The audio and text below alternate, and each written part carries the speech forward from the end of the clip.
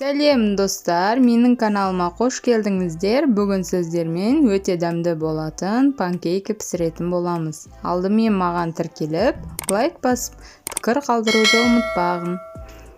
Барлық керек заттарды төменге жазып қоямын. Алдымен таза ыдысқа 2 жұмыртқамызды шағып алатын боламыз. Үстінен 3 қасық қантымызды салып, араластыратын боламыз.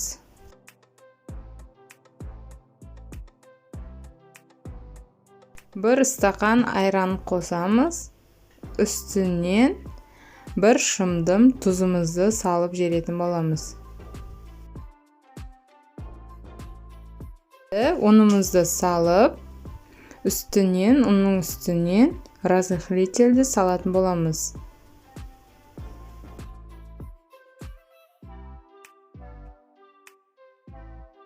Араластырып жіберіп, үстінен 2 қасық сұйық майымызды құйып шығамыз. Бұны да жақсылап араластырып, бір келкі осындай масса болғанша араластыратын боламыз. Ендігі кезекте қызып тұрған табамызға 1 қасықтан салып шығамыз. Орташа жанып тұру керек, егер қатты жанып тұрса, күйіп кететін болады. Осылай бір жағы піскенде екінші жағын аударып, тез-тез пісетін болады. Егер сіздің панкейкілеріңіз аударылғанда ағып кетіп жатса, онда көптеу салып жібересіздер.